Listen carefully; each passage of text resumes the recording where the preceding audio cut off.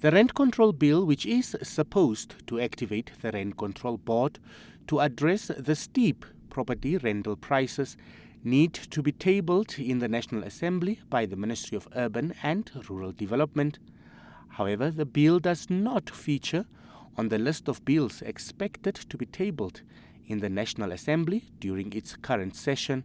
But the Executive Director in the Ministry of Urban and Rural Development, Daniel Ndinwa, says the bill is not yet ready for tabling. Ndinwa explains that the ministry inherited the Rent Control Bill from the Trade Ministry, adding that there are 4 components to the process before it is tabled. These components are the draft bill itself, the regulations for the bill to be fully operational once it is enacted, a rent control policy, and an implementation action plan for when the bill is enacted. The Executive Director points out that the ministry had engaged a team of consultants on these issues, and the scope of the engagement had to change last year to include all these components, resulting in a more elaborate process to be followed.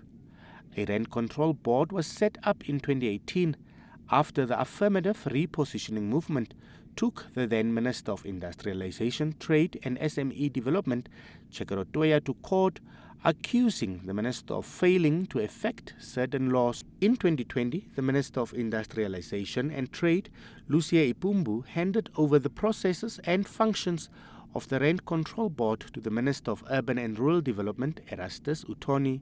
Responding to a question by Popular Democratic Movement MP Maximilian Kachimune in the National Assembly in November last year, Urban and Rural Development Minister Erastus Uthoni said the Rent Control Bill was being subjected to a meticulous review by a team of experts before it will be tabled in the National Assembly.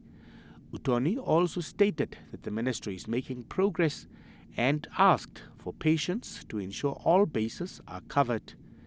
Emal Sebeb, NBC News, Windhoek.